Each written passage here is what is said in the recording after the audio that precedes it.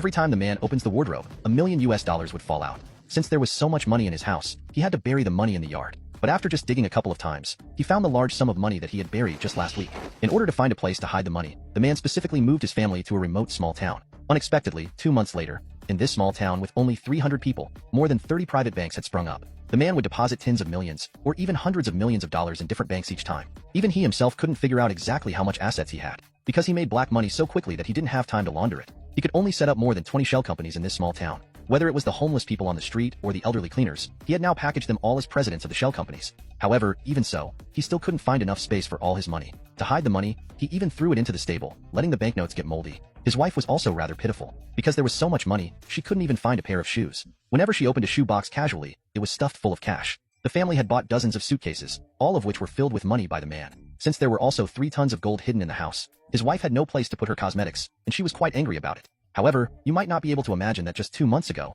Tom was just an ordinary airplane pilot. In order to earn some extra income, he often took advantage of the opportunity when the plane made round trips and used his position to smuggle some local specialties for different countries. As a result, he was caught by the CIA halfway. However, they didn't make things difficult for him. Instead, they offered him a very tempting condition, recruiting him, a pilot, to handle some tasks for the CIA, such as taking pictures of the bases of foreign rebel forces, transporting some intelligence documents by plane, and so on. After several missions, Tom began to enjoy this life as a secret agent. The CIA was also very satisfied with his work. But all these alone were not enough to make Tom extremely wealthy. Until one day when Tom was on a mission, the appearance of a drug lord started to open up his path to making money.